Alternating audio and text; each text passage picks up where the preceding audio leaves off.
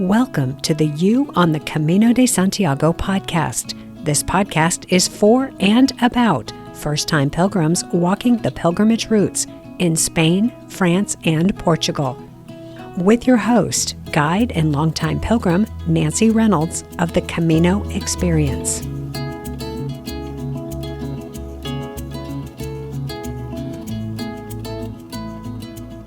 Are you ready for some inspiration? This episode has got it. Hi, this is Nancy, and today I'm talking with Adam, who you met in Season 4, Episode 17. Adam walked the Camino Portuguese in early September 2024, and he is back to share about his journey. This episode comes with a warning. During our conversation, Adam shares his motives for walking the Camino, which brings up the topic of suicide and suicide ideation.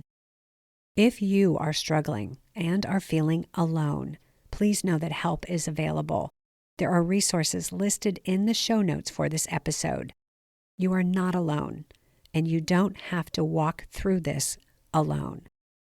Adam didn't. He found his stride on the Camino by connecting with his fellow pilgrims. In this episode, he shares his heartwarming and inspiring walk through grief to a quieter, more peaceful place. He shows us that you can, in fact, have a deeply meaningful Camino experience in a short period of time. Adam's poignant reflections remind us to slow down, put down our phones, drop our expectations, and allow the Camino to work its magic. Will this be your story? No, but I bet it will inspire you to write your own Camino story. In next week's episode, we will pick up where we left off with our goal-setting process and take the next steps towards making your Camino dream a reality. But for now, let's meet Adam. Adam, hi. Thank you so much for coming back on the podcast again.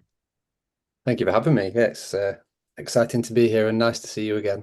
Likewise. It was such a near miss. I almost got to see you in Santiago. I cannot believe that was so close. Yeah, we had a day, didn't we? And I was, just you walked, I think, faster than you expected is going to be my guess. Yeah, I did. Yeah, I was a day ahead of schedule.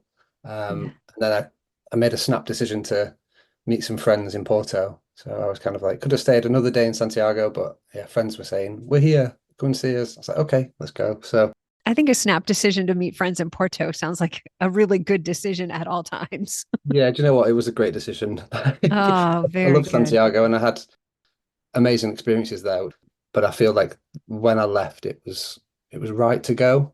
Right. Yeah, it was lovely. I mean, Porto's beautiful, absolutely beautiful city, and I'm going back in May with my wife and some friends because they were all like, "How is it? What's it like?" And I explained what it was like, what I ate, and what I drank, and the things that I saw, and they were like, "We have to go." So they're going to go walk the Camino? No, we're just going back to Porto Back for to a few Porto. days. Okay. Yeah. So they've never been, so I'm the guide. Oh, fabulous. What a great role. Very good. Well, let's start by putting the pin in the map. Will you share with us and remind my listeners what your plan was and what you actually ended up doing? Where did you start? How long did you take? And where did you finish? So the plan kind of hinged on me getting a job. And it was an interesting process. So I've got the job, which is nice. Congratulations. But thank you. But at first I didn't get the job. And so what that meant is I booked some time off to go for a walk from work. I booked I think I had 10 days to play with. So I booked off 10 days, which is all I had for leave. So I planned to go on the 31st of August. And that's when I flew to Porto. And then a month or so later, got a phone call saying, we've made a mistake. We would like you to have the job. Please, please, please take the job. Sorry. So I was like, yeah, invited to. Thank you.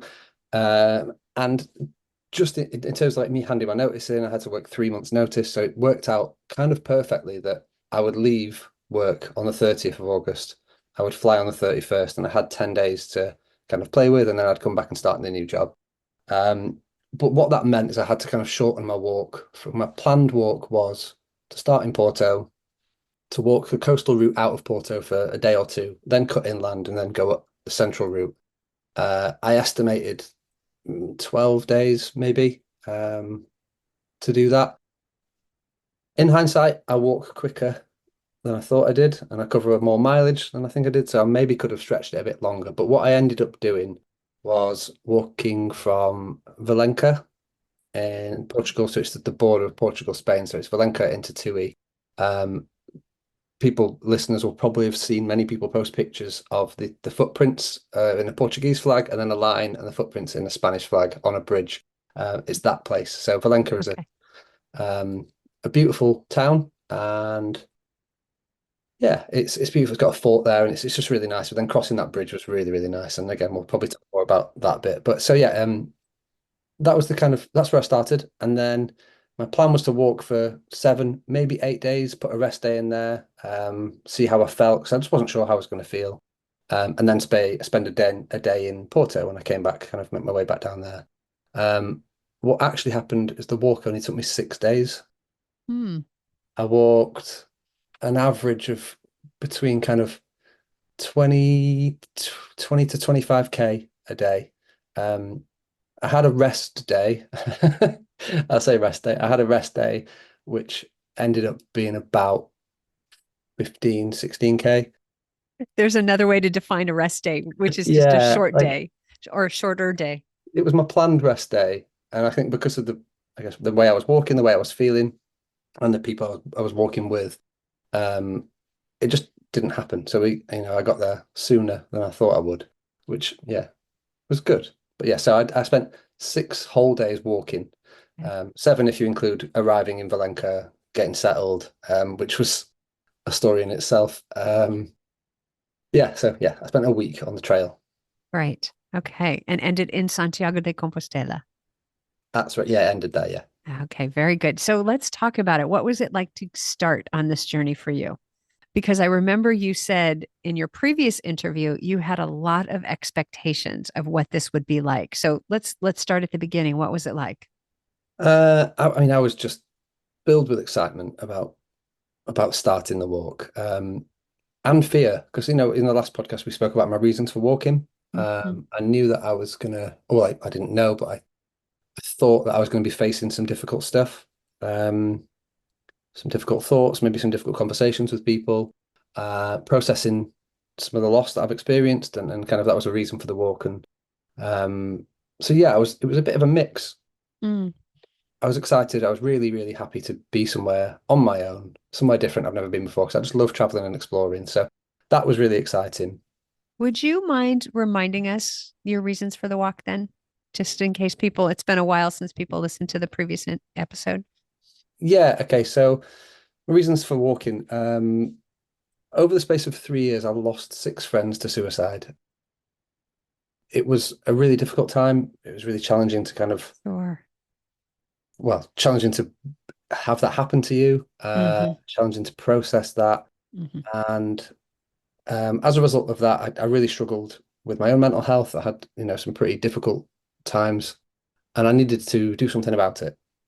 So after, a year or so of just really struggling, I looked into therapy, and I ended up doing walking therapy, where I essentially walked in the woods, in nature, in the Peak District National Park, where I live quite close to. It's kind of small villages, green spaces, small village, like kind of sporadically spaced out. So I ended up doing walking therapy in that environment, and while the counseling side of it was really useful and great, and it gave me a lot of tools to work with and coping strategies, what I found really beneficial from that was walking, um, especially in nature.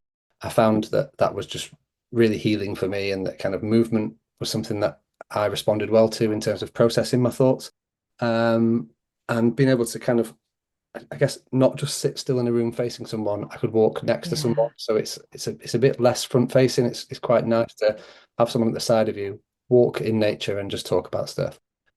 But after that, after I did 8 sessions of that, and I just felt like walking was, I guess, more beneficial than the talking to me. So Mm. I continued to do what I called Wilderness Wednesdays, where I just went for a long walk every Wednesday after work, um, which I found really healing. So that then spurred me on to do longer walks. I did a few walking challenges. I arranged a charity walk where loads of people turned up, and we did a big trek through the Peak District again. And I thought to myself, I want to do something to honor that. Like walking's really helped me. Walking's saved me essentially. Like this movement that I was doing was saved me. It allowed me Yeah. to process it, allowed me to grieve.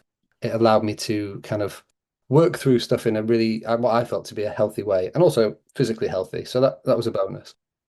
That is a tremendous amount of loss to process. Yeah, it was, and it still is. It's something that will always be with me. Yeah.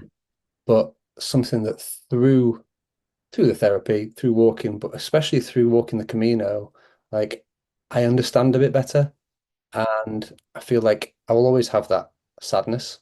Yeah. But I understand it and I can live with it because I've processed it in a way that I feel I needed to. So yeah, the what doing that walking really helped me to kind of, like I said, process everything and feel better. But I wanted to honor it. Like I said, like walking had literally saved my life. Mm. So I was looking online for long walks, and I was actually thinking, how can I get a holiday out of this? So I looked for long walks in Europe, and I first got drawn to like America and like the is it the CPT or Yeah, Pacific Crest Trail. We also have the Appalachian Trail, John Muir Trail, some really long, different experiences out with a backpack, just you in the wilderness and your cook stove for however long you go for. Sure. so I looked into them, and it was a little bit out of reach in terms of finance, time off. Also, I wasn't sure it was exactly what I wanted. Mm. I wanted connection with people, and so I was looking for that, and I just stumbled across the Camino online, and that was probably about a year and a half, maybe a little bit, maybe yeah, 18 months ago, probably. And I've talked about nothing else since, and I told everyone I was going to do it, so I planned it, and I actually did it. So yeah, You did it. yeah, Yeah. that's Amazing. what drew me to the Camino, and that's what kind of made me do my walk. Yeah. So how'd it go? Uh, I mean, it was incredible. It was just, it's difficult to explain. So, we spoke a little bit before we kind of hit record about how it feels to come back and speak to people, and I find it difficult to explain how good it was. One thing that I've noticed on the last podcast, and I was here, and we talked about how people have an opinion on things and how people will say, "You, it's not a proper pilgrim if you don't do this," or like this is my experience, and you should do it like this. I listened to a lot of that before I went, and some of it was useful, like practical information was useful. But interestingly, I saw a post the other day that someone said, "I've only got 7 days to walk. Which route should I do? How should I do it?" And the first response was, "7 days isn't long enough to have a meaningful experience." And I obviously fired straight away and was like, I beg to differ. Like, I do not agree. Like, I've just had one of the most incredible, meaningful, transformative experiences of my life, and I only spent 6 days walking. So you are wrong. Like, everyone's experience is different. Please go back in your box, sort of thing. They didn't respond, but the person who posted initially did and said, "Oh, thank you. That was Thank great. I didn't you. hear that." And I hear that repeatedly from people Uh, who are on my podcast who walk from Saria to Santiago. And we say, I only walked from Saria to Santiago. We've got to take out that word only yeah, because the journey can be transformational no matter how long it is. yeah. It all has to do with the walker, with the pilgrim. Absolutely. And I think, my journey didn't start in Valenco. It started in Sheffield. Like when I was planning it, my journey Mhm. started 18 months ago. And I don't think it will ever end. Like my journey is still just going to keep going. Like I'm a pilgrim and I always will be. And Yeah. the lessons I learned, the love I received, the people I met on that walk will stay with me forever. Like it's, yeah, as I said, transformative, beautiful, Yeah. incredible experience that has changed me for the better. And yeah, it doesn't matter if you do it for 3 days, 4 days, 2 weeks, a month, whatever it is to you, get what you want out of it. But yeah, just incredible. But yeah, so explaining what it was like is challenging because how do you explain it? Like, and again, I kind of mentioned this to you before. I wrote down a lot of my thoughts, Hmm. and I'm in the process of putting together a photo book with some of those thoughts in. I posted them all on my Instagram account. Um, And it was my journey. Essentially, there's a 27-part journey of like my thoughts throughout with photos that don't really accompany the writing. They're just nice photos of where I was because, it's hard to kind of photograph what you're thinking. What was it like for you to capture those thoughts and those feelings? What was the experience as you were moving along the trail? So I wrote those down at the end of each day. I had a journal with me, and I just kind of reflected on what had happened, really, but what had kind of come up for me. Um, some of it was quite challenging to write about, but a real kind of, I think the thing for me was kind of like just capturing what had happened and how I felt about the day. So I journal anyway at home, where I kind of have three pointers of kind of I write about what my day's been like, what's happened. I write a feeling of the day, like, and then I write what I'm grateful for. So it's three parts, and I kind of stuck to that structure. And it was really interesting to reflect on the Camino and who I'd met and what I'd had. So like in the first couple of days, that all of the kind of anxiety and the feelings of kind of grief almost like weren't there. It was kind of like I was overwhelmed with excitement of what this trip was going to be. So I kind of just went into it with that. And then I talk a little bit about in my posts, walking first thing in the morning. So I set off at 6 a.m. every morning and it was pitch black. And to some of the places you walk are through wooded areas, obviously with no natural light, no artificial light. And I had a head torch, but at times I wasn't using it because I was kind of letting my eyes adjust to the darkness and stuff. But even with a head torch, it was difficult to navigate. And I wrote about how, because I was concentrating so much on my safety and where I was putting my feet and kind of the people around me, I wasn't thinking about the reasons for walking. It was only that when the daylight came that I started to process a bit more and think about why I was walking and the reasons for walking. So yeah, it was interesting to reflect on how the days had gone and kind of what had come up. And what I guess kept coming up were the interactions I had with people. Now I ended up walking with like specific people for the majority of my walk who were kind of not in a similar situation to me in that they had grief through suicide, but they had their own really meaningful and deep reasons for doing this walk. Some was grief, some was kind of milestones in life, like hitting 30 and not knowing what to do, and oh, I've left my job and I don't know how I'm going to deal with that, and kind of I should be in a place where I should be in a better place and all this sort of stuff. Mm, So it was interesting that those people that I walked with had stories that they wanted to unpick. They had kind of, I guess, some trauma there, that they wanted to talk about, and yeah, reflecting on that was interesting because what we were able to do is, as we call it the Camino family that I became a part of, we were able to help each other with that, and the lessons from our lives and our, I guess, things that we'd been through were valuable.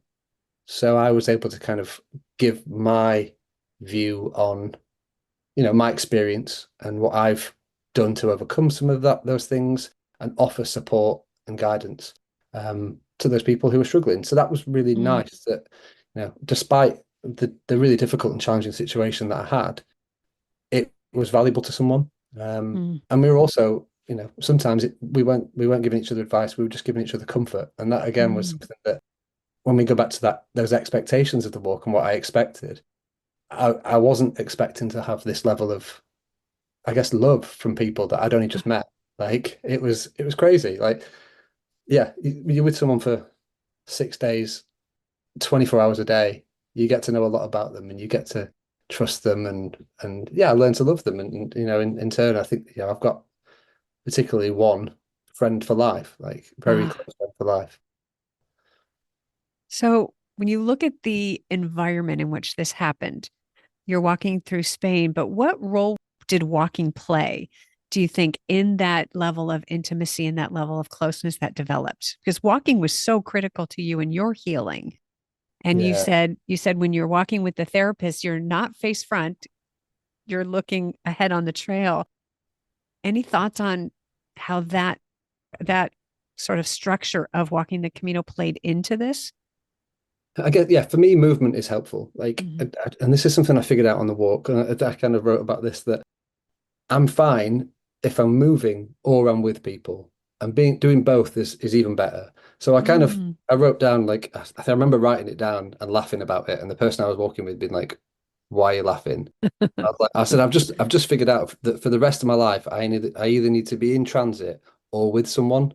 I can't be alone. And she was like, is that your revelation for the walk? Is that like what you figured out about yourself?" And I was kind of like, I think so. Like, I think I just need to move. So yeah, for me, the movement was really helpful. But Mm. being side by side with someone is again helpful. And I think that with our group especially, we had some difficult conversations. And I think if we were sat in a room facing each other, we wouldn't have had those conversations. So yeah, I think that being next to someone is easier. Walking the route and the kind of the things that you pass and the people that you see, there were so many reminders of things and so many kind of like nice little I guess experiences that were like, oh, that's similar to when I had this experience with that person, or this place looks familiar to that place we went, or those sorts of things. And I think that's what the walk provided for me was the opportunity and the environment to have conversations with myself and with people that I've lost. And the environment is just so open. Like Mm. everyone I spoke to was just so welcoming and so kind and nice. I mean, even just the little things like someone asking you to take a picture of their group at a certain spot. Like there was a spot in the woods just after Tui, um, where I heard bagpipes being played in the woods, and you kind of walk through, and I was like, this is my first day on the walk, and I hear these bagpipes, and I was like, that's cool. Like these are the experiences that I didn't expect to happen, but absolutely wanted to happen. Like I had no expectation Mm. that I would hear bagpipes being played in the woods, but here we are. And Right on cue, but not really. Yeah. yeah, yeah, exactly. And I think that again, that's what this walk provides is those experiences that you just wouldn't get Mhm. elsewhere. I could walk through my city centre. I could probably see a number of people busking, playing guitar, playing instruments, but it doesn't feel the same as on the Camino because Mm. I think you wouldn't stop and listen. Mm. So like at home, I see guitarists playing songs all the time at the side of the street in the city centre. Do I ever listen? Do I even bother to take my earphones out? Absolutely not. No. On the Camino, I didn't walk with earphones. I kept myself completely open to all experiences.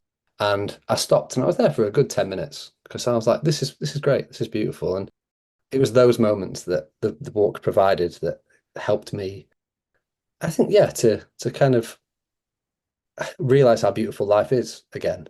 Mm. And that's something I have learned on this walk that despite all the hurt and some things that you can never kind of come back from, some things that will change you forever, there is good. Like there is absolutely good things and there are good people. And it turns out most of them are on the Camino. So it's great. Like, So if you're looking for good, if you're looking for connection, if you're looking for love, get yourself a plane ticket and go to the Camino. yeah, absolutely. What is it about the Camino that has that come out?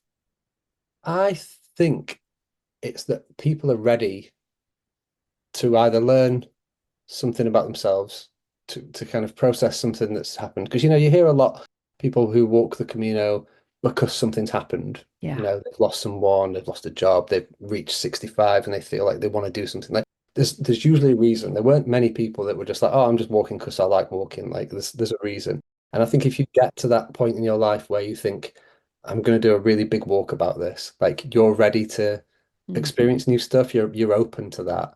Mm. I mean, everyone I spoke to was open to talking, to open to try something. Like I was walking with one guy on the first day, just on the first day, and I was chatting away to him, German guy, he was really nice. No like deep, meaningful chats, just like chat, chat, chat, like where are you from? What do you do? And, the question always comes up of why are you doing the walk? And I was hesitant to say, well, six of my friends died by suicide in 3 years, so here I am. So I kind of was like, oh, just want to process some stuff and do a walk. And he was like, yeah, yeah, same. I just have some time off, and I figured it'd be cool. And then an hour later, we're talking a bit more about the real reasons of why we're doing it and opening up a bit. And we crossed by a bridge, and he was like, do you want to go for a swim? And I was like, yeah. Like, Oh, yeah. never do Okay. that, would you? Like, in normal day life, oh, I'm just walking with this guy I've just met and he's asked me to go for a swim. Like, you wouldn't do that, No, especially in Sheffield. no, not so much.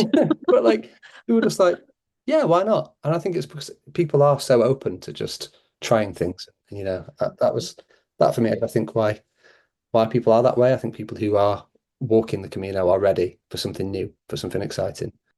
Yeah. Mm.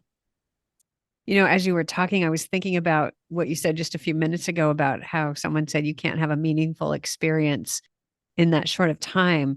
You've proven them wrong for sure. But I also noticed something about, this idea of the Camino family that many people want and many people think is part of the Camino experience. And for many people it is. When you start farther back, if you start in Porto, or even the Frances and you do 800 kilometers, you get a family at the beginning, but so often you lose them. And then you have another family and another family and another family. And the chances of reaching Santiago with the same people you started with, if you didn't come with them, they get pretty slim. But when Yeah. you walk that final 100 kilometers, the chances are so high that you're going to finish with the people you've walked with. And I Yeah. think that's a strong selling point for some people. Oh, for sure. Yeah. Like, I mean, the Yeah. first day, apart from the German guy who I went for a swim with, and after that, he said, I want to walk on my own. And I said, yeah, cool. I don't think I did anything to freak him out in the water, but he was like, we had a bit more of like 10 minutes together and he was like, hey, I'm going to walk on my own. And he put his earphones in and carried on. Um, but like, apart from that interaction, I walked that entire day on my own.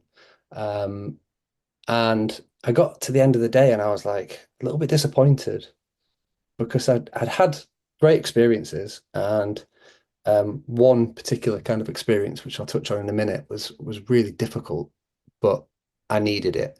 But I got to the albergue and I saw people who I'd seen throughout the day and said hello to, but I didn't have the family to talk to. I kind of just said hello and then sat in my bunk, and I felt quite sad and alone at that point. I was like, where's my family? I kind of wanted it and expected it, and it didn't Mhm. happen on the first day. So I was like, oh no, like am I going to be sat on my own every night? And again, I was processing that thought of being alone and not enjoying it. Like I like to be with people or moving. So when I'm sat in an albergue on my bunk, not talking to people, it's not That's a good space. strike one and two. That's not Yeah, happening. yeah. So I Yeah. was a little bit like, oh no. I mean, fortuitously, the next morning at 6:30 a.m., I met someone who became my Camino family, and that Mm. was incredible. But I also feel like I needed that first day on my own. And I talk a little bit about this in my posts again.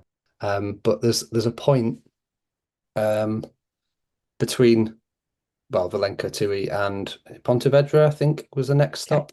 Um, where there's a fork in the road, right? And there's a sign that there's a blue route, which is all squiggly and wiggly, and then there's a red route, which takes two turns and a massive straight.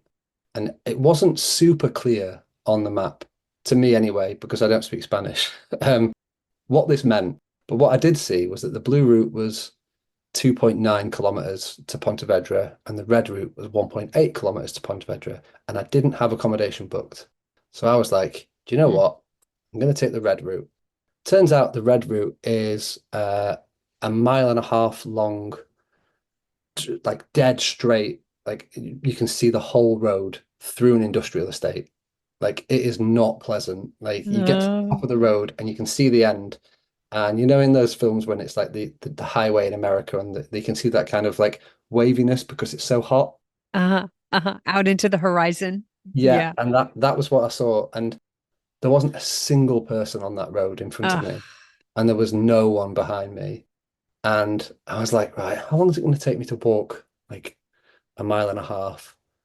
Right, okay, so 45 minutes, maybe an hour. Like it was like super hot as well. It was like 32 degrees, ooh. no shade. And I was like, should I go back to the longer route? And I'd already walked half a mile to get there. So I was like, do you know what? I'm just going to go for it. Um, and I think, like I said, I needed that because Mm. that was just after I'd seen somebody, it was after the bagpipes. The bagpipes, the guy who played the bagpipes looked like my friend's dad, my friend who passed away, Val, Mm. looked like spitting image of his dad. And I was like, that's odd. And then as I was just about to leave the bagpipe guy, a man stopped me and said, "Can you take a picture of me and my friends?" And I looked up, and this man was the spitting image of that same friend, like for like. I was just like, I was at the point where I was like, "What is happening?" Like the breath of Wow. my body, like I had a lump in my throat, and I just like kind of nodded, took his camera, took the photo, handed it him back, didn't say a single word, and I just walked very quickly away because I knew I was about to just like burst into tears, which I did. I then like probably looked like a madman walking through the woods for a good half an hour, just crying. Mm. Um, and then I had his stone. I carried stones with my friend's names on, and I had his stone in my pocket for the remainder of like kind of that time. And I got to that road where it when it was it looked to me like to be an unending road of torture, like it was horrible. And I spent that hour, well, 40 minutes, I guess, walking down that road, literally talking out loud to my friend, having conversations with him, like talking about a time we went abroad together and we did some really silly things and the impact of that for me and what that meant. Like later on, a few months later, I kind of told him about that. He didn't know about that bit. And I chastised him for not reaching out when I knew he needed help. Well, he knew he needed help and he didn't. But I was allowed that chance to have an out loud discussion with my friend. And I mean, if anyone saw me, they must have thought I was absolutely insane. But luckily, there was nobody there. Um, and it gave me the opportunity to process it all. And I said goodbye to him Mm. in that environment, and I needed that first day on my own to do that and kind of have that experience. Um, Strangely, throughout the week, things kept happening that triggered memories or triggered kind of me thinking about certain friends. The second night, for example, I was in the hostel, and when my friend Pete passed away, the song "Wish You Were Here" by Pink Floyd kept coming on. Like it came on the radio, it came on randomly on my iTunes. It kept coming on, and it's a song that even without attached trauma is a sad song. Yeah, right to the heart, huh? Yeah, so I was like, oh God. On the second night, I was sat there talking to my friend who I'd met that day, and there was a fella, a guy across from me in a bunk, probably in his 50s, and his phone rang, and his ringtone was "Wish You Were Here." And it was at the point I was talking to this person about Pete. I was talking to my friend about Pete and saying like, "Oh, this is one of my friends," and I was showing her pictures, and it rang at that point, and I was like, "This is ridiculous." Like, You couldn't script this better. yeah, yeah. I knew that next day was walking with Pete with the stone in my pocket and placing him down when it felt right. And like the day before, I'd had those conversations with myself on that road. The person I was walking with at that point was like, "Do you want to talk about your friend?" And I was like, "Yeah." And she asked me also, like, what do you like about him? What did you do together? How did you meet? And I told her everything about our relationship, and I opened up completely about that. And I felt again like I was able to almost talk to him, and place that stone down. And like Pete, well, bless him, he wasn't a social person. He didn't kind of really like other people. So when I put his stone down, I took a picture of it and I sent it to our friend, like a kind of a joint friend. And I just said, Pete would have absolutely hated this walk and everyone on it. So I've left him here. And my mate Johnny was like, perfect. So like, it was those experiences that really I didn't in terms of expectations, the question you asked earlier around, what were your expectations? I hoped that I would have those experiences, but I didn't Mm. expect to. Okay. I didn't expect to have such deep, meaningful experiences, especially like day one, day two. Like it was crazy. Mm. But I think again, like I was ready. I I was took going the to say, walk because I was yeah, ready to have that. high level of readiness. Yeah. Yeah. Before I wasn't open to it. Like I would have brief conversations about my friends who passed away, and people would Mm. ask me, which I think is really nice. Like I think there's a big issue with when someone passes away, especially with suicide. Like people don't want to ask you about it. People don't want to Mhm. talk about it because it's a difficult subject. It's Mhm. hard. Yeah. But I've got good people around me that will say, "Do you want to talk about that?" Like, and then, but I wasn't kind of ready before I went on the Camino. I kind of Mhm. had snippets of conversations, but this was the Camino for me was I kind of, and I think I said this to you last time. I don't know if in my head, I thought I'd put too much weight on this walk. I thought that it was going to be a closure walk for me. Like, Mm. this walk's going to fix me. Like I'll be fine after this walk. And I Yeah. think I put too much pressure on it. Like before I went, I thought, And I remember sitting on the plane on the way there thinking, have I put too much pressure on this walk? Like, will it actually be beneficial, or is this just a waste of time? And it's absolutely not been a waste of time, and it was beneficial, and it provided everything I needed. Not necessarily wanted, but needed. Mm, And mm, yeah, I was ready to process it all, and I did. I had that time of processing everything, talking about it, and sharing those experiences, and helping other people with them. So yeah, it was just mm. unbelievably good experience. And there's so many of those little experiences like the two I've just kind of explained that happened. And not even, not always in relation to friends, but just things that I needed to happen for me to grow or learn or, and yeah, it provides. People say the Camino Mm. provides, and it does. It absolutely provides. Does what you need, what you want. We just don't know which you're going to get. Yeah. Yeah. Well, I love the level of consciousness that you went into it with, where you're thinking on the plane, have I put too much pressure on this? I wonder if that sort of released the valve a little bit, let off some, like let the air out a little bit before you landed so that you could step yourself back and let it be what it was. Yeah, I think it did. I kind of was sitting there thinking, oh, what have I done? Is this the right thing? Am I, have I put too much weight into this? And when I kind of was thinking, I was like, well, what does it matter? Like, even if it doesn't do all the things I wish it to do, which it eventually it did, um, I've still had a nice experience. I'm still going abroad. I'm still traveling. I'm still meeting new people, which is what I love to do anyway. So I was like, just stop worrying. Like Mm, at that point, I was like, you need to just stop worrying about what it might be and just be yeah. excited about what it might be. Like just flip that thinking. And I switched to a positive kind of, it's not always easy to do, but I was able to kind of switch it round in my head and go, let's just see what happens. Like Yeah. it might be great. Yeah. And that's a good thing to practice before we go. Start thinking about how do I reframe this or how do I look at this differently so that I just give my expectations a break, give them a day off so that Yeah. we can allow it to be what it is. Now, speaking of expectations, your original plan was to walk from Porto and walk on the coastal route a couple days before jumping over to the central. How did that feel to let that go?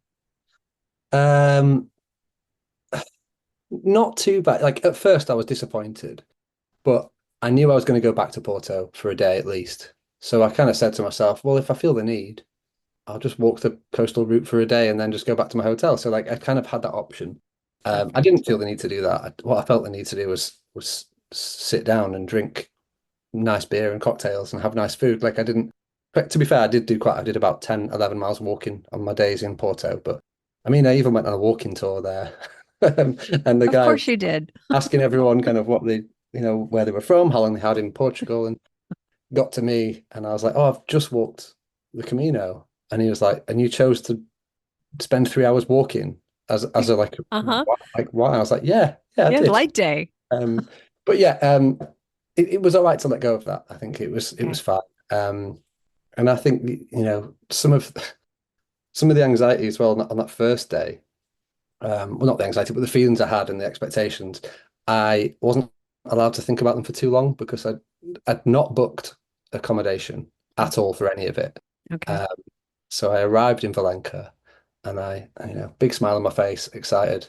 Walk up to the albergue, and there's a paper sign on the door that says, "This albergue is closed for servicing and will be reopened on the 3rd of September." And I was like, "Well, that's in That's three not days." helpful. So that's interesting. At this point, it was like 6:30 in the evening, like 6:30 in the evening. Yeah.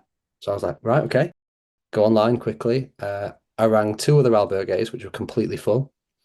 I rang a hotel, which was expensive, and they were like, sorry, we're full because the albergue's closed, everywhere's full. But I've got the number of this guy. He might be able to help you. So they send me this number on WhatsApp of this guy called Antonio, who's like, yeah, I've got a guest house. I've got a room spare. It's €30 the night. We have a pool. I was like, Done. okay. But yeah, that like initial, like probably 2 hours of thinking, am I just gonna have to sleep in the street like before my big walk? Like, what do I just start walking now? I didn't know what to do. So there was a couple of things that like, when you were, yeah, I'm trying to be on this spiritual, meaningful walk. And actually, the practicalities of it mean that I haven't got time to process and think about stuff. I've actually got to fix something. I've got to find a solution to an issue that I found myself in. So it was quite funny. But I ended up in a nice place, got my own room for €30 with a pool, which was good. It's hard to be mad about that. I wasn't mad. The only thing that I guess not mad about, but it was a good, I don't know, 2 miles away from the start of the trail. So it was a bit of a Okay. walk out of town. So that added on my first day as well. But it also meant that I found some beautiful places to take photos that I would never have gone to. So again, it There it is. just, yeah. I think we could do a whole episode on the spirituality of plot twists. Yeah, yeah, yeah. I mean, the guy whose place it was, he was great, and he was saying like, "Oh, is it your first time? Where are you from?" And then he said, "Oh, I've done the Camino," and I said, "Oh, any advice?" And he looked at me and he was just like, "Good socks. That's all you need to know. Good socks." And then he was like, "Oh, and just take it as it comes," and that's all he said. And I was like, "Okay, cool. That is the best advice. Yeah, good socks to Totally the take it as it best comes." Which advice. is when people ask me now, like, what would you say? I would say merino wool toe socks, an absolute must, and take it as it comes. See what happens. There you That's it. Like, go. there's no other advice I'd give. Yeah, in Caldas de Reis, stay in the GBC hostel because it has a heated pool and it's beautiful. GBC Hostel. I'll put that in the show notes. Yeah, GBC Hostel. All right. Got it. yeah. With a heated pool. Let me write down why I said that. Heated pool. Okay. Otherwise, I'll be like, what did he? Why? Why do we care? Yeah. Cool. All right. So let's keep moving down along the trail. And you talked about your first couple days. What was the trajectory after that in terms of who you met and how it went and how you unpacked these really heavy, significant things you were looking to heal through? Yeah, so that second morning I set out on my own. Again, kind of excited, not really knowing what to expect, wondering if kind of I was going to spend the day alone or not. And I was walking quickly, like, and I think the day before I was walking quickly, and not a single person overtook me on that first day. Mm, And I thought to myself as I was walking out of Pontevedra, like I was going at pace. And I think for me, walking at pace, it's a natural thing for me to do. I'm quite tall. I've got quite a long stride. But also walking at speed and that movement was what helped me. mm, It's what made me feel good and helped me to kind of process. So I was walking at speed, and I thought to myself, I overtook like probably three or four groups and a couple of people on their own, and I was like, am I walking too fast? Like, is this going to be a barrier to me actually meeting anyone? And I was heading. I'm not sure if you've done the Portuguese route or not, but as you head out of Pontevedra, you head down basically the side of a highway for a little bit of it, and it's not very well lit, and there's a few bridges, and there was a girl in front of me, probably I don't know, 50 yards or so in front of me, who I'd seen in the morning. In fact, I'd met her the day before actually, but then I saw her in the morning and kind of walked past her. And then I'd stopped and she ended up in front of me. And then we were heading under this bridge. And I thought to myself that I don't want to be following this like young woman on a dark, street. And obviously, for me, I'm quite mindful. I've got a wife, I've got friends with daughters and stuff. And I'm very mindful of like how that can feel for someone having a man following you in the dark, heading under a mm. bridge. So I was like, I'll overtake her and I'll make it very clear that I'm there and I'll be like, hello, like, buen camino, and then walk past her. And she was walking at a similar pace to me. So I was basically having to run to get past her. And I was like out of breath, was like, buen camino, and just like carried on just before we got to the bridge, like carried on. And she must have thought, what on earth is going on? What is But that guy yeah, doing? so I got past the bridge and then there was a decision to make whether either you carry on this highway or you go right up a little path. And there was no clear marker that I could see. So I'd stopped to kind of figure it out. She then overtook me again, and I thought, oh, I'm going to have to overtake her again, and it's going to be weird. So then she stopped and was like, "Do you know the way?" And I was like, "No, I don't. I don't know the way. That's why I've stopped. Let's find it." She was like, "Let's find it together." And we found the way marker, and we were like, "Oh, cool, it's this way." Um, and that, yeah, she became part of my Camino family, and it was funny because we kind of found the marker, carried on, and she turned to me and she's like, "Oh, if I'm walking too slow, like go ahead by all means." And in my head, I was like, is that her politely telling me to go away? Does she want to walk on her own? Or is she just like you know, just saying for the sake of like she might think she's too slow. And I thought I had to basically run to get past her the last time. Like I'm not going to make any decent ground if I just carry on my own. And I said, well, I said to be fair, like you walk at a good speed that I'm comfortable with. Like if you want to like walk together for a bit, I'd be cool with that. But if you don't, just say, and I'm happy to carry on. And she's like, no, no, I'd love that. That'd be great. Um, and that again, that was like the start of a very special relationship and Mm. connection. She was just, yeah, one of those people that is like one in a million that you meet who you just think, why is this person so good? Like, you know what I mean? Like she kind of like wanted to listen, she cared, she wanted to like give advice. And yeah, so that was like the first day. And we ended up walking the whole day together. And funnily, we'd got to the next town where we were supposed to be staying. And I think we'd only covered probably 10 miles or so. And we both planned to stay at this place, and we kind of were like, "Oh, we could just keep going because it's like 11 a.m. Like we could definitely walk a bit longer." And she looked on the maps and she was like, "Oh, the next town's like just 2 miles. It's just 2 more miles." And I was like, "Cool, that's fine. Let's do 2 more miles and we'll go to Arcady, I think it is." Um, and yeah, so just 2 more miles turned out to be 4.5 more miles, um, up, over, and down a mountain. And that was Oh, kind of like, that's a different experience than you yeah, expected. I was like, just 2 more miles, hey, sort of thing. And that kind of it was a fun experience for us. It was kind of a bonding experience. And like for the remainder of the trip, um, we would joke and say, it's just 2 more miles, sort of thing. I've actually now got tattooed on the back of my arm a Camino shell. I'll show you there. Camino shell with the saying just 2 more miles in Spanish, like just tattooed above it. Great.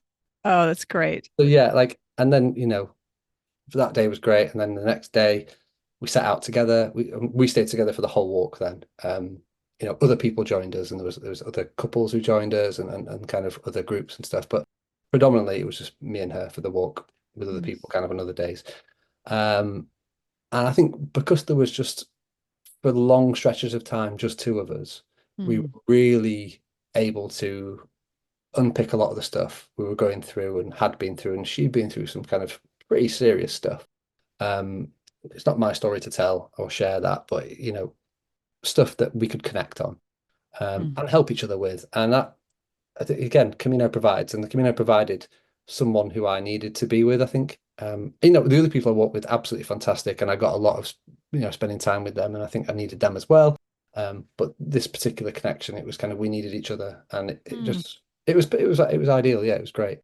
But yeah, there were so many good experiences, like the one in Caldas de Reis. Like, so my job we spoke about before, like, but now I'm working with Special Olympics movement. So it's working with people with intellectual disabilities. And in Caldas de Reis, there was an organization, a charity organization, who helped people with disabilities to walk the Camino. Ah, And like I met love them in the that. day and we had a chat and I was like, oh my God, that's cool. Like, and there was some connection there with my job because they knew about Special Olympics in Spain. It's an international movement. And then they ended up at our hostel, and I was at the albergue, sorry, and I was like probably going to get my head down, going to get some sleep at about 8:30 in the evening. I'd already eaten. I was kind of like, yeah, we early start. We're getting up at 5:30. We're going to start at 6. And the person I was walking with came and was like, dude, have you got a minute? And I was like, yeah, yeah, sure. Because we talked about in that day about wanting to have like a pilgrim meal, like, having the pilgrim meal experience. And I thought, it was night 3, I think, at this point, or night 4. And I hadn't had it. And I was like, oh, Mm. I'm disappointed that I haven't had this. And just like, the Camino provides, she came down and was like, the group that we met earlier who work with like disability people, they're having a big dinner and they want you to come and sit with us. So yeah, I ended up going up there, and I ended up chopping vegetables, like making things I'd never made before, learning how to make like garlic crouton soup, like doing all these like crazy things that I just thought this is perfect. And it was another one of those experiences. And we sat and we ate and we drank wine and we shared stories, and there was just that like connection again to my life back home, my work with people with such disabilities, and how again like there was a really meaningful connection with some amazing people. That I think was one of the best experiences of the walk, like having that, because again, expectations, I wanted it, You wanted it, and I there it is. vocalized it, and here it is. So Yeah. yeah, there were so many things like that that happened that were just incredible. Yeah, Ugh. And I'm holding back tears. That is just such a beautiful story. And it just, everything about it is so perfect, so synchronistic, right? It just was, it's almost as if it was designed for you, which makes me yeah, curious how these things come about. yeah, same. Yeah, I mean, Huh. one of the kids I was talking to there, he was, his mum was part of the charity. He was on the walk with them, and he had autism. He was one of, I think, two or three of the group that spoke English, so mainly Spanish speaking. My person I was walking with was from Mexico, so spoke Spanish, and there was a lot of translation. But he spoke English, so he was my like conduit into the group. Like he was the person like talking for me and relaying information. And it just felt really good to have that connection because I knew Mm, that going to this new job, I would have that sort of engagement with people, specifically with kind of autistic, yeah, on the autism spectrum disorder. So it was again just another thing that was like, I've made the right decision, A, to be on the Camino, and B, to move to this job because I absolutely loved those interactions and they were so meaningful and special. So yeah, again, just great experience. it's just so amazing when I hear these stories because I think about if you had started, 1 or 2 days earlier or later, you wouldn't have had this group of No, people. no, it's It's crazy. just so incredible how these things line up. And I think there's a key component to it is that we have to be open to it. We have to Yeah. be, this is where I think expectations are useful. I expect these caliber of experiences. And when we're open to them, they can come to us more easily. Yeah, I totally agree. And I think again, going back to that being open, this is something that I mean, I've always been someone who's kind of open to new experiences. Mm-hmm. I try new things. That's kind of in my nature. I'm very much like an out there. Yeah, of course, I'll meet new people and make friends anywhere I go. But I learned that that is such a valuable thing to have on the Camino. So like while I was walking the Camino, I kind of learned a lot about myself. That being more open and being more present in the moment was something I'm going to do after my walk and keep doing Mm. because I was open, because other people were open, I had incredible experiences and like unforgettable things happened and just like I met the best people.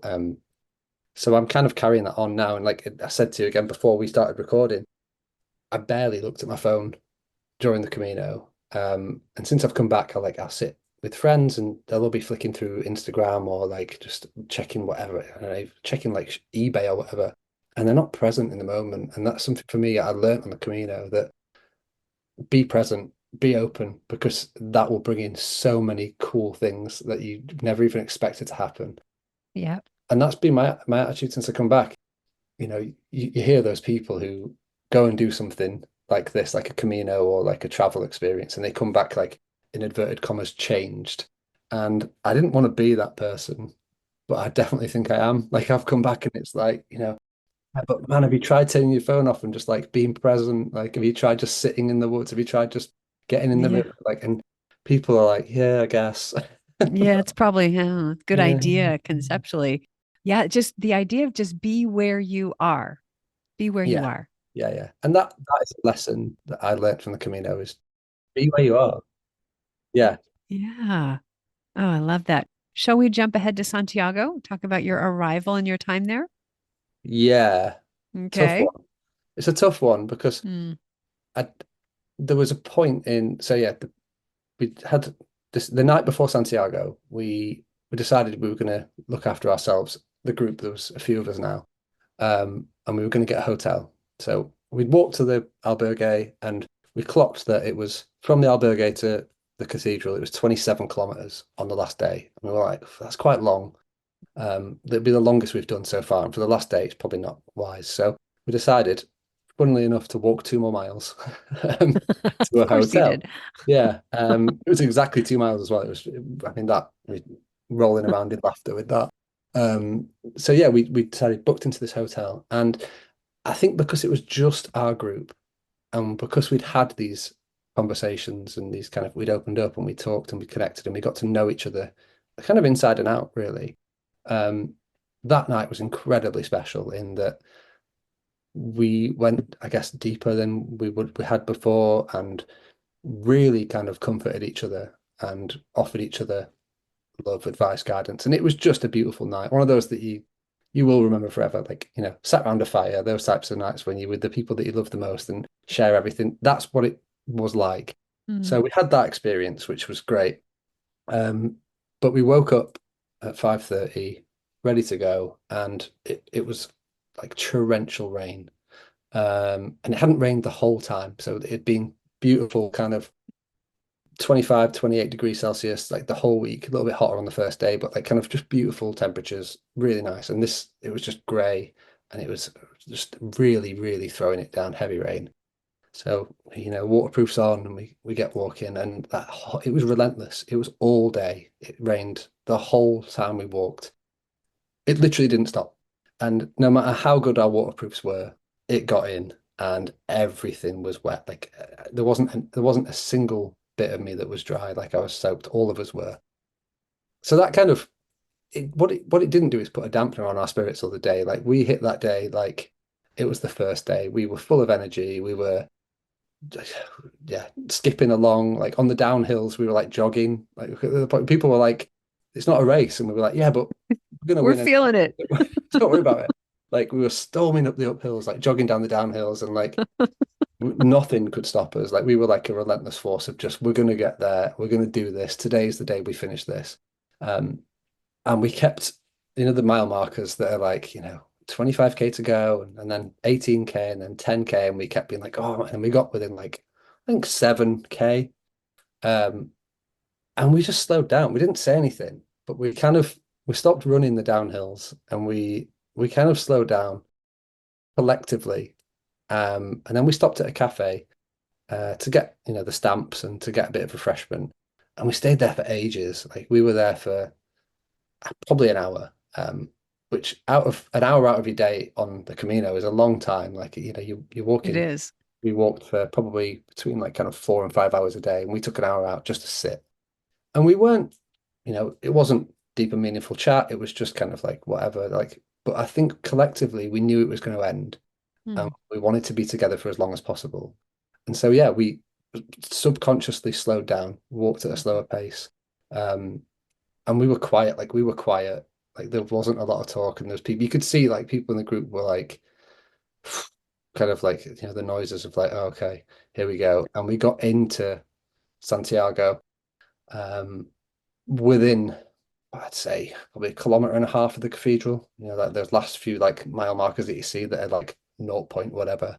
Um, and I could just feel myself like becoming overwhelmed. Mm. A lump in my throat started to happen. Like my eyes felt like they were swelling up. Like I felt like there was just so much emotion in me. Because I still didn't know how it was going to feel to finish this. Like, and I knew the depth of the reasons why I was walking and how important that was and what I'd processed. Also the beautiful experiences that I'd had, and I knew that would end as well. So I was just filled with so much emotion and I just didn't want it to end. And I think if someone would have said to me, do you want to spend the rest of your life on this section of the Camino and never finish it and live with this feeling? I'd have probably been like, yeah, I'll do that. Like Wow. Ah, yeah. I was like filling up with energy. Like I could almost float away, but just stay in that moment. It was really, really bizarre. Like I've never really felt like that before. Um, but I knew, I could, at this point, I was walking through narrow streets. There was pilgrims everywhere. It was still raining really heavily.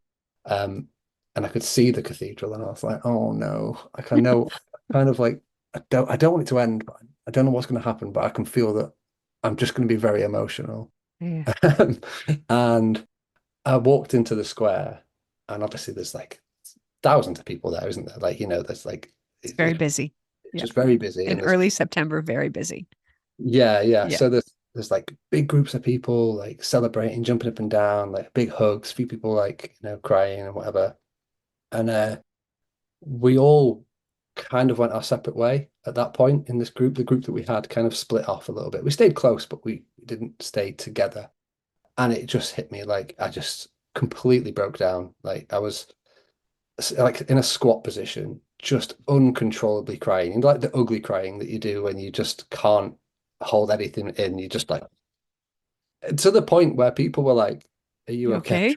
okay? Yeah, like one lady came over. I didn't see her on the whole walk. I didn't know her at all. She came over. She said something in Spanish, and the one thing I had learned to say in Spanish was "Lo siento, solo hablo inglés." Sorry, I only speak English. And she said, "Don't worry, you've done it. You've done whatever you needed to do." And I was like, that's just made me cry even more. That's like Whoa, I'm even yeah. worse now. And then Yeah. she was like, I'll leave you alone. And I was just like, okay. I'd say 10 minutes being just a wreck. Like I just couldn't. I'd done it, and I felt so proud of myself, but sad that it had ended. Also happy. Like the emotion was like a mixed one because I was so like overjoyed that I'd been able to do this, that my Mhm. body was able to carry me through this, that I'd been allowed the opportunity to process all of the grief that I'd kind of been through. And I had the opportunity to have conversations with the people I lost, but also have conversations about them with people who genuinely wanted to listen. Like the people in my group were the most genuine people who were just like, they wanted to know, they were interested in me, and I was interested in them. So all these emotions were running through my body. I was happy, I was sad, I was completely overwhelmed. And yeah, I spent, I'd say 10 minutes, maybe 15 minutes just crying. Um, and then I kind of I was, as I said, in like a almost like a kneeling squat position under the arches, just looking at the cathedral. Yeah. And the person I was walking with the most came over and just like give me a big hug. And I was like, yeah. And she was like, Yeah. we've done it, dude. And I was like, yeah, we have. And yeah, that such a powerful experience. And to that person who said you can't have a meaningful experience in 7 days, like I you know, I'll show Yeah. you a picture of me crying my eyes out in front of the We'll cathedral. just disregard You that. can, I yeah. I can't even empower that anymore. No, no, no. Yeah. And then after that, like it was strange because we were soaking wet.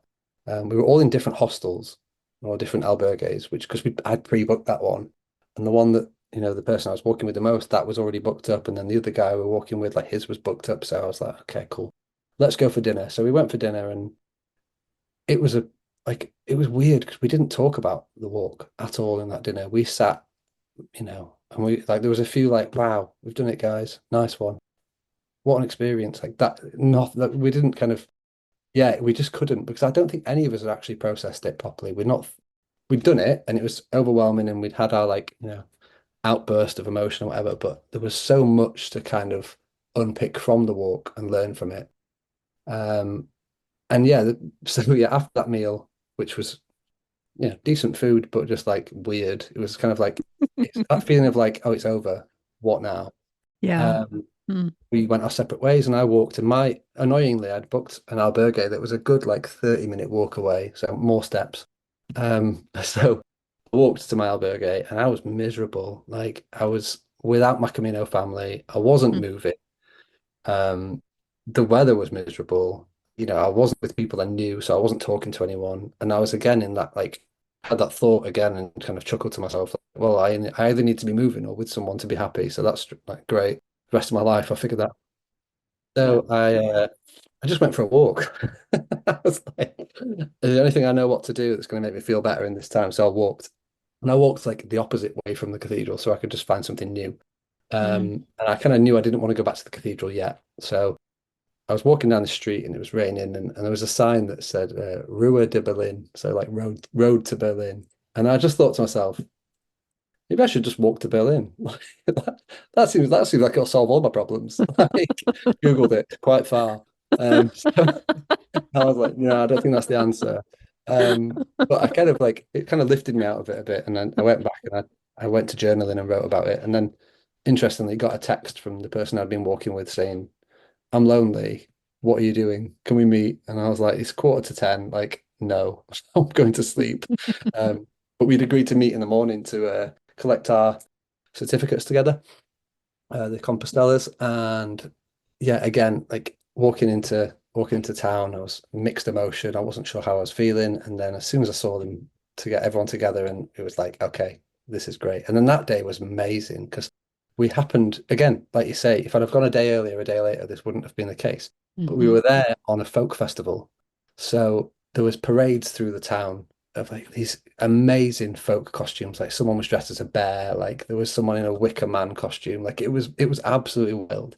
And we were fully involved in it. So we were with the parade. Like everyone was walking with it through the town and like we stopped for food and we had like some drinks and it was a perfect ending to it. It really was just like a huge celebration of our achievement. Like it's almost like to us, it felt like, and we said this, like it feels like they've put on a festival to congratulate us for being so awesome and doing this walk. And we were like, yeah, of course they have. It's all about birds. Yeah, of Like, course. yeah. No, it's not like a 400-year-old tradition festival. It's been there, right? No, no, it's about me. It's obviously for you. I love that.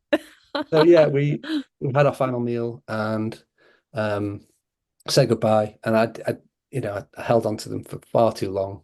But How I could you walked not? I walked away from that and I thought to myself, I'd kind of reflected a lot on this since that thing of being alone. And I actually, at this point, I was completely alone and I was stood and I went back to the cathedral for one last kind of just look at the cathedral and kind of think about stuff.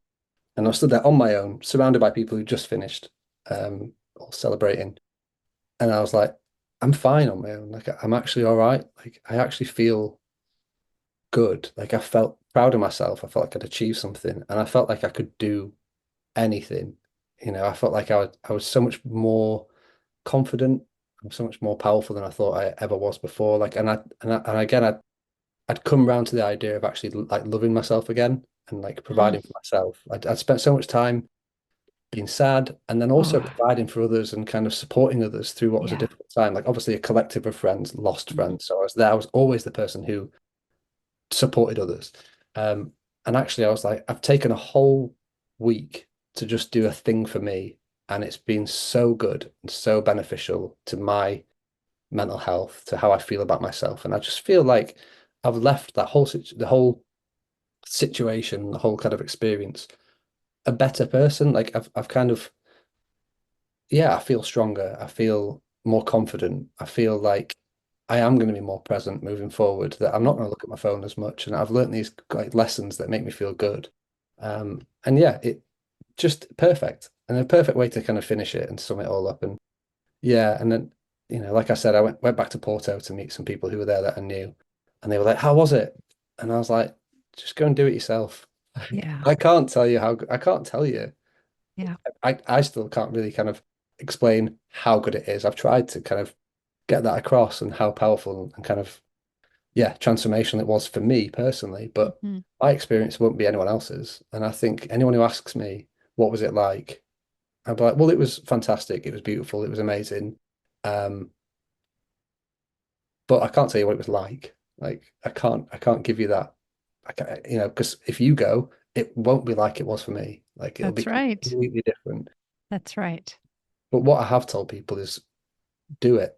If you're thinking about doing it, if even if there's like a little bit of you that's like, oh, I wonder what that's like, go and do it. Like Yeah. if you've been through anything, even if you haven't, and you just want to experience something incredible and freeing and give yourself to the well, I'd say do it and give yourself to the experience. Like, Well, how about if you're human? If you're human, go do it because yeah, being human, we've got this whole package of emotions and experiences. You don't get very far in life before you got stuff that you might want to walk through yeah. and walk off. Yeah. Hmm. And especially anyone who's an adult, there are benefits to be had by doing this. And we Yeah, don't know the depth, we don't know the breadth, but yeah, it's worth doing. yeah.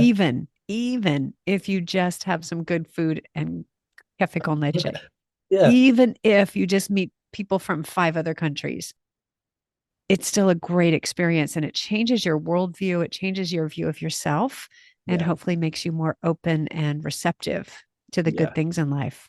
And yeah, and I kind of, like I said, I'm kind of like this anyway. I was kind of open to meeting new people or whatever. But Yeah. what I realized is like you can be from Mexico, Germany, Spain, France, and you can still have like the same groups of friends at home who do silly stuff together, or the same like film nights, or the same theories on things, or even different theories, and you can have those conversations. I mean, there were times when we were talking about like Lord of the Rings and Star Wars and like the film days that we have with our friends. And I was like, wait a minute, you have a whole day to watch Harry Potter. And they were like, yeah, yeah, like it's a group of us and we all dress up. And I was like, we have a Lord of the Rings day. Like me and my friends do Lord of the Rings once a year extended versions. Like we spend the whole day and we have all the Oh, things the wow. hobbits have. And they were like, oh my God, that's so similar. And I'm like, you're thousands of miles away from me in Tijuana doing the things that I do with my friends. So you'll find similarity Yes. in those human connections. And I think that's what I absolutely loved, that it doesn't matter where you're from, the Camino brings you together and you Yes. meet people who are just right for you. Hmm. Do you know what? If they're not, walk faster than them. You walk on or they walk on. Yeah, exactly. Yeah. Yeah. Yeah. It's such a great metaphor. People who walk at the same pace and who you connect with are your people. You Yeah. find your people because you're doing the same thing at the same pace at the same time. And that's how we find people in life too. Yeah, totally. Yeah. Beautiful. Wow. Anything else you'd like to share about your experience? Um, just to go and do it. Like, Mm. that's it. I can't sell it to you anymore. It was beautiful. And oh, I'm doing another one. Like I'm 100% going to go again. Like, but Great. again, like I kind of put myself in that box of like, what if it's not as good? Like, what if it's not the same? And I've now, again, through kind of a bit of processing and thinking about it, it will not be the same because it's a Will completely not. different thing I'm walking for. Like I walked, and the book I'm putting together is called The Camino de Santiago, like my walk through grief. Um, that's not what my next one's going to be. Like it's Yeah. I've done that, I've processed that, I've dealt with it, I've come to terms with it, and I live with it, but I understand it now, which is something I didn't feel like I did before. Um, my next walk won't be a walk through grief. It's just going to be something entirely different, and I don't know what that's going to be. Like I've no idea Mm. which walk I'm going to do, what it's going to be about, but I'm open to it. I'm just going to go and just see what happens. So I yeah, love that. take it as it comes and wear good socks. Like that's it. Oh, exactly. Get your good socks and just go. Well, Yeah, and what you just said, every time we go to the Camino, it's a different person going. So the question is, who is walking? Who walked this first one? Well, that was that person. And then who will walk the next one? And it's something I've learned over the years. Every walk is different because I'm different. And yeah, because there's something else that I'm working on, or I have an intention to grow in a certain area, or learn something different. Who is going is a really important question. And what yeah. does he or she want out of the walk? What I would say, if someone asked me kind of what would you, because you always see this on like Facebook, what would you advise? Any guidance? Um, I would say don't have expectations. Mm-hmm. I have hopes, like Mm, have wishes and hopes of what you might or what you want to experience. Because again, I think if you want it and you either vocalize it or you kind of manifest it, it will come. hmm. But I think if you have all these expectations, like you're not going to fulfill all of them, and it Right. might be challenging for you to face that. Like the first day for me, like the first 2 days, why haven't I had a pilgrim meal yet? Like why haven't I had this experience? And I was almost getting like, angry about it. And then it came. So like that was good. Yeah. But yeah, there was a couple of things I kind of expected I would have and I didn't. Mm. And not that it was disappointing, but it just kind of changed things for me a little bit and changed my outlook on the walk. But yeah, don't I guess don't set too many kind of strict expectations is what I would say Mhm. to people. Like just kind of go with the flow. That is really good advice. You are stepping into a river of pilgrims. It's a river that's been flowing for well over 1,000 years. Yeah. We don't know what's going to be in the river with you. It might be me and a German guy. Yeah, you just don't know. You just don't know. Wow. Adam, thank you so much for your time. This has been such a moving conversation. And I just love knowing you on this side of the Camino, because I got to talk with you before, but now to know this side of it is really, Thank you. Thank you for giving me the it's a opportunity. blessing. Yeah, thank you for allowing me to tell my story. Yeah. I hope that it helps people. I hope that at least one person listens to this and thinks, I'll try that. I'll go Yeah, and I bet it will. I bet you will inspire people. Yeah, it's a really moving story. Thank you so much. And I look forward to hearing about your next Camino and having you back on the show then. excellent. Can't wait. All right. Thanks so much. Bye bye. Bye.